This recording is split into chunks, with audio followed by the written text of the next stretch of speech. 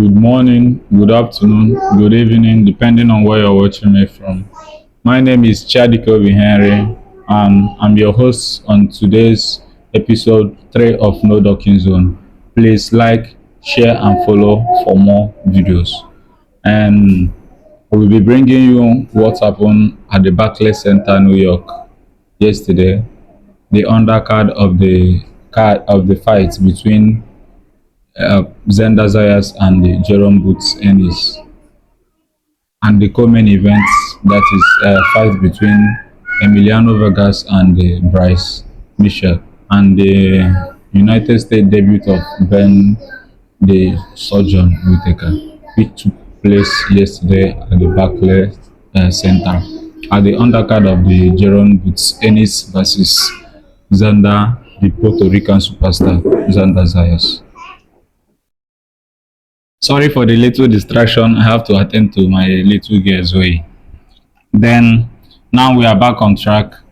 Yesterday, it happens that Zenda Zayas defended his WBA and WBO unified straps against a tough and formidable opponent in Jerome Boots Ennis. Now, let's talk about these two fighters. Zenda Zayas is a Puerto Rican boxer. He's 23 years old. He's very young. He's very young. A lot of fighters like Shakur Stevenson, even Terence Crawford, believe that it was way too early for him to take up a fight between a formidable and experienced boxer in the person of Jerome Boots Ennis. And all of us know how good Jerome Boots Ennis is. He's a very good someone that they compare to a whole legend like Terence Crawford because of his fast switch. He can switch from orthodox to southpaw within in between punches. Jerome can switch between orthodox, and he can switch back to southpaw, and he can punch hard with his left hand, and he can still punch very hard with his right hand as an orthodox fighter, and he can punch very hard. He has a very strong punching power with his left hand as a southpaw. So now, many people didn't expect Zenda to take up this fight, but he took the fight. Me myself, I didn't expect Top Rank to put Zenda in this type of fight, but it happened so that Zenda agreed to fight Boots after his win against Abbas. Now, during the fight, during the press conference, if you watch the post-fight press conference, their last weigh-in, you see the type of determination, the mean that was in Boots' eyes when he was looking at Zenda showing off his belts. I saw the determination there, and I said that, well, let's see what Zenda has in his arsenal against Boots. But it ended up that his corner stopped the fight. His corner stopped the fight after Boots has dropped him like 3 times. Let me just say the honest truth. The fight was as competitive as expected, even more competitive than many people like Otis predicted that Boots will stop Zenda in the 4th round. But as God has it, during the fight, Zenda gave Boots the hardest and the most difficult round of his entire career. In the 3rd round and in the 4th round, he got Boots wobbling. He got him with a very straight right jab that got Boots like. But to show the animal and the dog in him, Boots never retreated. He stood in the pocket and he was trading punches with Zenda. Even though he was wobbling, he was still responding in the 4th round and in the 3rd round. Even though that Boots dropped him in the 1st round, which should have demolished his morale, which would have made him to box a little bit protectively. But Zenda went out of his own cage to attack Boots. He gave him everything in that 3rd and 4th round. But during the 5th round, 6th and 7th round, it was a ass whooping. I'm sorry to use that foul language. I'm sorry, or vulgar word. Sorry. It was a whooping. He he beat the shit out of Zenda. But I saw the determination in Zenda Zayas, and I know that he will come back strong. And I know that he will come back strong. And he took this defeat without excuses. He went on to congratulate Boots at the end of the fight and tell the whole world that Jerome Boot Ennis is going to conquer the whole division. Don't forget that this division we are talking about is 154 pound, and the two current champions there are very formidable. The towering Inferno in Sebastian Fondera and Josh Kelly. So now the first belt is shared between three people. Josh Kelly, who happens to be the IBF champion, and the WBO champion, the towering Inferno Sebastian Fondera. Now, Bruce Ennis is the WBO and WBA champion currently now. So it has the possibility. I don't think if we have the possibility of a unification right away between Boots and Fondora, I believe that even though Boots Ennis said that and he entertained the two fights, any which one that comes first, I believe that Boots would like to go the route of Josh Kelly before going to Fondora for the unification and the undisputed title that he said on the interview that he really wants to be undisputed. And I believe he has the chances at 154. He has the chances at 160 also, because the champion at 160 is there are Elara and Alambekov. I don't think if he was stripped or not. I don't think. But I don't see any serious competition that will stop Boots from becoming undisputed at 160 and 154. This is just the fact. Now, going back to the fight, Zayas was dropped on the first round. He got up. They started brawling round two. He survived, but round three, he gave Boots the fight of his round life. Round four, he gave Boots a very tough fight, and Boots survived. But the most shocking part of it was when he got Boots wobbling. Everybody thought that Boots Ennis would retreat, maybe box from the pocket, or maybe box a little bit safely. But no. Boots never even dropped one leg backward. He stood in the pocket. He was boxing with Zayas. While he was wobbling, he was boxing with Zayas. He was giving back Zayas.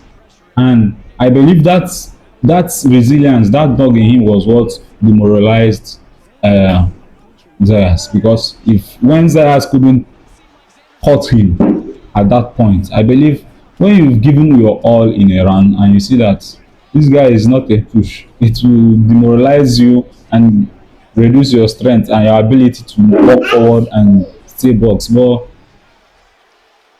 for them, it was a very entertaining fight. But for me, I thought Jerome would have boxed a little bit safer, because if Zayas is a hard puncher, he could have taken him out of the fight. He would have stopped him at that point because he was wobbling. But unfortunate for Zayas, he couldn't pick his shots, and he allowed Jerome to return and as regain consciousness and later finished up. But after that fourth round, fifth round was Boots, sixth round was Boots, seventh round that was the worst round. He beat the shit out of Zayas and he won the fight. Boots Ennis is now 36, 0 loss, 0 draw. His perfect record of undefeated stands, and he is now the new WBO and WBA world champion at 154. That was a very entertaining fight. If you had a chance to watch it, I believe many of us that love knockout bangers in fights, they will not call it a boring fight, because there was a onslaught in the fight. Then moving over to Emiliano Vegas and Ben Whittaker, both of them did what was expected from them. I expected Emiliano to win. Let me just not call him is the golden child of top rank, but I expected him to win, and he won. Fourth round stoppage. He stopped Bryce Miles. Then his record now stands 18 fights, 18 win, 0 loss, 0 draw. Then Whittaker made a very sweet debut on the US soil yesterday by defeating Richard Rivera, the papaya. Yesterday he stopped him on second round. Yeah, I stopped him on the second round, and that was let me just say an interesting fight. Ben Whittaker is a good prospect. He's an Olympic silver medalist, and he has previously fought all his life in UK, but he's making his uh, US debut yesterday, and he won his fight. He still undefeated. His perfect record is still undefeated, and same goes to Emiliano. Both are still undefeated, and it was a good title defense for and successful title defense for Emiliano. And I think yesterday card was a very interesting one. Seeing what Boots can do and expecting a fight between Boots, Fondora, and the either of the champion. Both of them, I believe, both of them will give Boots a hard fight, but I don't think if any of them, aside Fondora, will stop Boots. And that's it for the yesterday card. And let's just recap a little bit of what happened in the boxing world last week. Currently, the heavyweight division is in disarray as it stands now because Alexander Usyk has vacated all his belts, his remaining three belts. He vacated yesterday both the WBC, IBF, IBO, and WBO belts. He is no longer a heavyweight champion. He is now a former undisputed heavyweight champion. And he's left the belts to scatter around between Ajit Kabaya, Daniel Dubois, and let me just say anybody between Mosai Sukayev. Anybody can pick up the straps now. But yesterday, Ajit Kabaya was confirmed because he was the interim WBA or WBC mandatory for Usyk.